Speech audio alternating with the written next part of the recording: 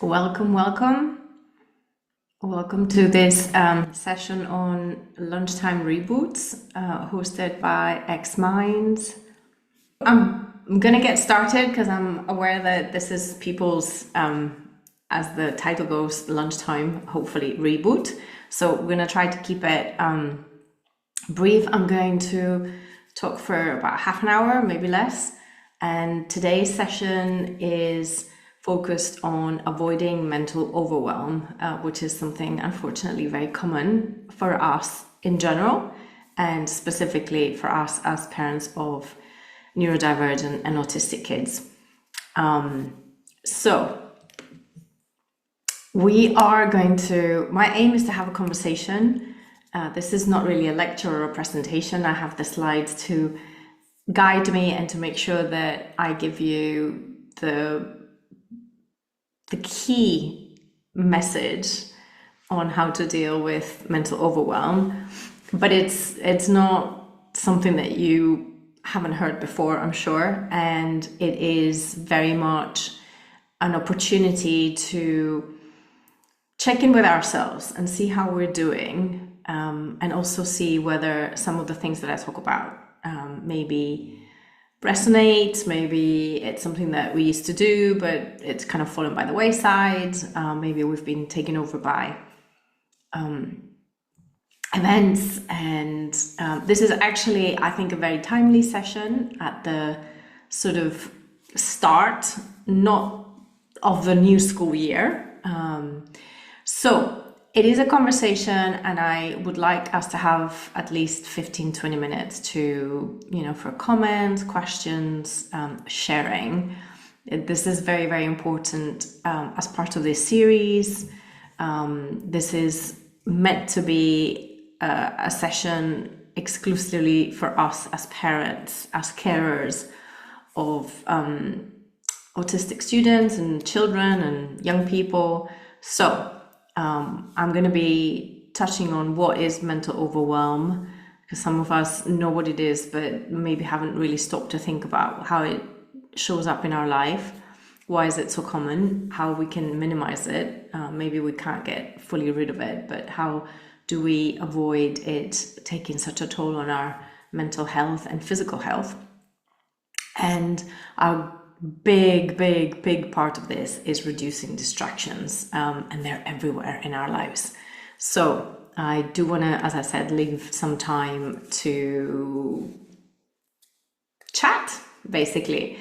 So let's start off by doing a bit of a check-in on a scale of 1 to 5, with 1 being not very overwhelmed at all, to 5 being very overwhelmed at all, very overwhelmed at the moment. How do you currently feel? You can write it on the chat. It's interesting. 4, 5, 4, 5. Yes, it tends to be high. It tends to be high. 4 some days. Others days 5, never 3. Yeah. It's rare to get someone saying, I'm not overwhelmed. And of course, if that's how they feel, they probably wouldn't be attending this kind of session anyway. But I think it is such a common feeling to be overwhelmed as a parent, as a person, that we have normalized it beyond what is actually healthy. So let's start by breathing. I am a mindfulness teacher, and I always start my talks with an invitation to breathe. Breathing is something that we do every minute of every hour of every day of our lives, and yet we oftentimes take it for granted and don't even realize we're doing it. So the invitation here is a very simple one, to either close your eyes or to just cast them downwards as a signal to our body that we're just taking a moment. We're just taking a moment to feel our breath and to feel how it comes in and how it comes out. And to do that a few times without judging, without thinking about anything else, just breathing. And it is a very, very quick and effective way of connecting to our body. And actually, it can be, with a bit of practice, a very effective way to calm the chatter in the brain, in the mind. It's very, very effective, especially when we do it throughout the day. So, before we get started, let me give you the headline, so you can take it away already.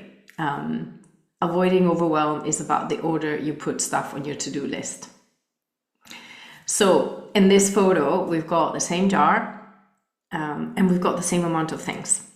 In the left-hand side, they are overflowing because we have put the small stuff, the sand, the grit, first. And we've left the big stones for last. And so it doesn't fit. In the other jar, we've put the big things first, and then the medium things. The big stones, the medium stones, or the pebbles, and then the grit or the sand, which finds its way in between these bigger items. And so it's more likely that it's going to fit.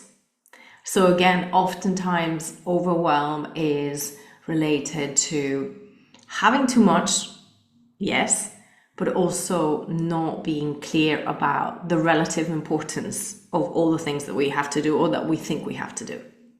So we can question and we can, let's say, trim down that list, but it is mostly about understanding what is truly the big stones, what's truly important. So just to introduce myself, if you haven't heard me before, my name is Magüi Moreno. I'm a mindfulness teacher. I'm a parenting coach for parents of neurodivergent children. And I myself am mom to a neurodivergent teenager who is now 14 and has a diagnosis of ADHD and autism, as well as language processing disorder. My work is about supporting parents and carers because we are experiencing an atypical experience experience of parenting, of motherhood, of fatherhood. And oftentimes it clashes with our expectations of what it should be like. And so we suffer more than we need to. We also suffer because we do not receive oftentimes the supports that we need and that our children need. And oftentimes the educational system is a big source of stress and overwhelm because our children are not getting what they need in order to learn. So my work is all about you, about us, about our well-being and our ability to cultivate a better relationship with ourselves so that we can have a better relationship with our children and potentially with everyone else in our lives. So what's mental overwhelm? It's basically too much. And it is always too much, but it is also oftentimes not clear enough. So the truth is that we cannot do it all. We have too many things in our lives. Everything is expected to be done quicker. We are hyper connected to levels that we've never seen before in human history. Okay, and this puts a lot of pressure. We're constantly comparing ourselves to others because we're constantly aware of what others are doing with their lives because of social media and because of this hyper connectivity, being able to be in touch with so many people.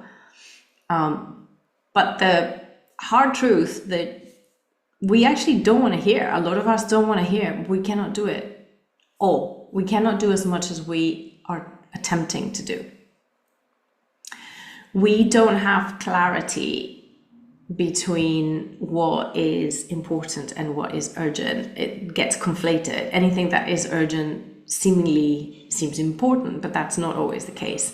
And more things become urgent as we are more and more connected to our devices, and as we are more and more under this notion that we have to have a successful life in absolutely every single realm, every single part of our life. So the urgent oftentimes ends up,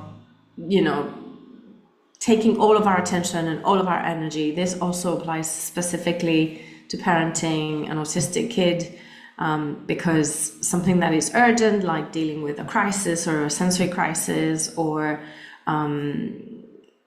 a big disappointment or an emotionally intense moment or a meltdown or a shutdown, these are time sensitive scenarios that we have to deal with, and they are urgent,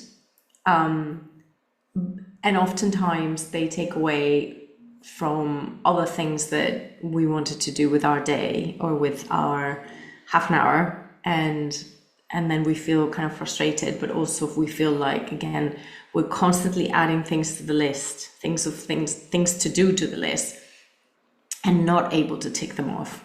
So they come in, but they never go out. We also spend a lot of time thinking as opposed to doing. And I will talk about paralysis by analysis, but we do tend to be a lot in our heads. Again, this is also bred by being on devices a lot. When we're seeking information and we go online, a lot of that is thinking as opposed to doing. A lot of that is gathering information, yes, but a lot of that can also be ruminating, just going over and over the same things again. I need to do this, my son, my daughter needs this, but not actually contacting professionals or, making a phone call or finding out about different options. A lot of it is just either avoiding things by just being focused on other things that are to do with thinking and reading, or we tend to not actually take action oftentimes. We think too much and we don't do enough in many ways, and this seems a bit counterintuitive. Why is it so common? So I've mentioned hyperconnectivity. There's a lot of distractions. Our attention is limited. So our hardware is what it is, and it has the capacity that it has, which is the human brain. It is limited, but the demands on it are unlimited, and they are growing exponentially. This paralysis by analysis, we don't make it easy on ourselves to decide sometimes, because again, sometimes we have too many options, or we have too much information, and some of it might not be actually relevant or useful or applicable to whatever we're trying to decide. And then there's always an emotional backdrop. So, oftentimes we find it hard to decide and to take action because we're afraid. There's fear of failure, fear of disappointment. Oftentimes it's fear of failure and disappointment on behalf of our children. So there's always an emotional backdrop to why we add things to our list, or why we are trying to do so much. What are we trying to prove? And again, oftentimes we don't reflect on this. We just go with the flow. Okay, so we go with the flow, and the flow is really overtaking us. Okay, so how do we minimize overwhelm? We need to decide, and we need to kind of take action, but I think we need to prioritize. So we prioritize, we adjust expectations, and then there are some powerful questions that can help us both prioritize and adjust our expectations. What is important? What are those big rocks that need to go in first? Is family more important? Is work more important? Of course, they're both important. But how much bandwidth do I have? How much energy? How many hours a day do I actually have that are not already taken out by other commitments? So if we work, then, we probably do have a time a day that we have to be working. But again, setting expectations also about our availability outside of those hours, So prioritizing is really important because, again, we tend to go about our lives putting out fires and doing no prevention of those fires. And putting out fires means that we can't really focus on any medium to long-term issues or issues that are, more sort of ongoing and important, like connecting with our children. And connection, again, requires attention and requires time, it requires energy. And it's hard when we are feeling frazzled. It's very hard to connect to anyone when we're feeling frazzled, when we're rushing from one thing to the next. So how do we adjust expectations for ourselves, but also for others? From the fear of missing out, FOMO, to the joy of missing out, JOMO. Why? And this is where the emotional backdrop comes in.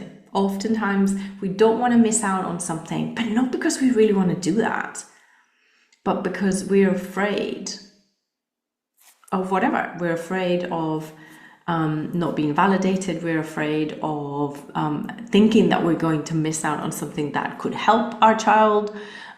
We are afraid of so many things. So becoming clear, no, this is not for me, or no, this is not for my family, or no, this is not for my child at this particular moment, or this is not a priority. Yes, there's a lot of things that we oftentimes need to support them with, but not everything is equally important. And some things require thinking about sequencing as well. Delegating, reducing, and simplifying, those are like the three things that we don't do enough. So delegating or asking for help, or just, reducing, letting some things drop. We don't want to let things drop, even when those things, in all honesty, are not that important to us, if we give ourselves the time to really think about them, because we are equating emotionally that letting things drop equals failure. And that is not true. Because again, we cannot do everything. And simplifying is, again, about lowering our standards when it comes to certain things. And again, this is going to be very personal to everyone, meal preparation, or maybe cleanliness in the house, or maybe having to socialize with our extended families in the way that we've always socialized. Maybe we don't need to do that every weekend. Or maybe we do. Again, this is all to do with personal preference, and also with our family unit preference. Because maybe we want to do it, but maybe it's not the greatest thing for our autistic kid. So we need to look at it and find a compromise, find a rhythm. But we're not going to do that if we don't allow ourselves to stop and actually put things on a weighing scale and actually see what is important. What are those big rocks? So 3 powerful questions that can help us prioritize and adjust expectations. Does it need done? Because again, oftentimes we're doing things that we don't actually want to do or are not necessary. Does it need to be done now? When does it need to be done? Our minds tell us it's now, it needs to be done now. Otherwise I'm failing. Otherwise I'm not up to scratch. Otherwise I'm not, when does it need to be done? And do I have to do it? Or does my child have to do it? Or does my spouse have to do it? So does it need to be done? It's a really important question. And then by when and by whom does it need to be done? And then just to finish off, a few practical, very concrete ideas to try to, again, minimize distraction in our life, because this is a big, big issue. It's a big problem nowadays. So be aware of your consumption of information, especially news, but also, social media and other things. Set a time for it. Give yourself a bit of a parameter about how much you're going to spend a day consuming information, whatever that information might be. And ask yourself, is this information, is it relevant? Is it new? Is it useful? And this can apply to all kinds of things. It can apply to our kids' autism, our kids' educational needs, our kids' therapeutic needs. It can also apply to us personally. It can apply to us professionally. It can apply to anything, really. Okay? Is it relevant to me or to my family? Is it new? A lot of the stuff we consume, we read and hear about is not new. It's just been regurgitated before. You've heard it before. So if it's not new, it's actually not giving you anything else. And is it useful? Is it giving you new leads to pursue or new ideas to try out? Because if it's not, then oftentimes it just occupies mental space. Switch off a lot of your notifications on your phones, especially social media, news apps, email. It obviously depends on what you do for a living. You also, obviously, your profile and the age and the needs of your child, if they're in touch with you that way. But you can always, nowadays, you can personalize notifications to basically fully. So you can have certain things on and certain things not on. It is really not necessary, unless you're an Instagram influencer, to have social media notifications on. It's not necessary. And just bear in mind that every time our mind is distracted, or our mind is basically receiving a demand to refocus on something else, it can take us up to 15 minutes to get back to the task we were doing. And those notifications, especially the sounds and also the visuals, the banners and the pop-up things, are designed to be very, very addictive. As in, when your mind sees that something has come in, when your senses tell you, boom, you will want to know what that is. That's why they're designed that way, okay? So not having those, or having those blocked for a certain amount of time, can really help. Again, depending on what you do for a living, obviously. Write it down. So do a weekly brain dump. I love doing this, and I usually do it on a Sunday. I look ahead to the week, okay, what do I need to do? And oftentimes it's a million things. Again, just write it down and look at it and realize I can't do all this. What can I eliminate? What can I let go? Letting go is a big part of not being overwhelmed. And again, be clear about, okay, what's urgent and what's important, what truly is important. Just making this distinction can also help us prioritize and essentially focus on one thing. Multitasking is actually not effective. It's not efficient. Our brains are not designed to multitask, except for when we're doing pretty automated things. Okay, so you can be driving and talking to someone or listening to the radio, right? Because driving is something that is almost semi-automatic. You can be doing certain things like hygiene things, like, when you're brushing your teeth. Of course we're thinking and, we're planning. So we do multitask. It's not that we shouldn't be multitasking, because our brain tends to want to do that anyway. But be aware that it is impossible to try to prepare a presentation or do something for work whilst you're having a sort of conversation by text with your spouse and you're trying to make dinner at the same time. I mean, that's just not realistic. It's just not, I mean, it's not efficient. It's realistic because that's what a lot of us do, but it's not efficient and it's not effective. So again, some of these issues will raise other issues about, well, but I don't have time. So this is why I would like to open it up to questions, comments.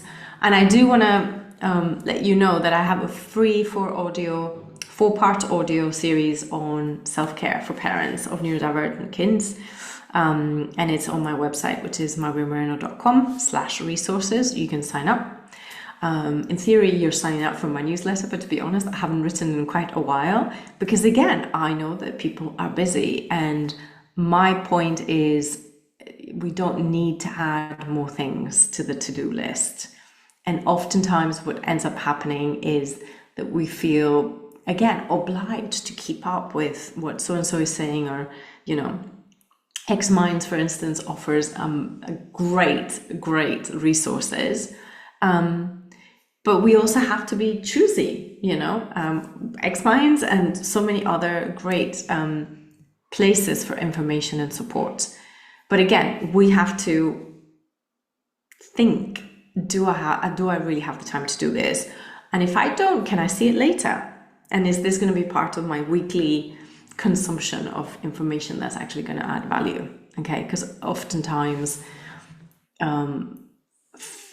being busy is like a drug that we're all addicted to, and so there's a lot of cultural values associated with busyness that are positive, and the opposite. You know, if you're not busy, then are you lazy? Are you careless? Are you kind of derelict in your duties? You know, these are all cultural associations that are not true. And it's worth questioning them, especially if we're getting to a point where we just feel like we just can't see the wood from the trees.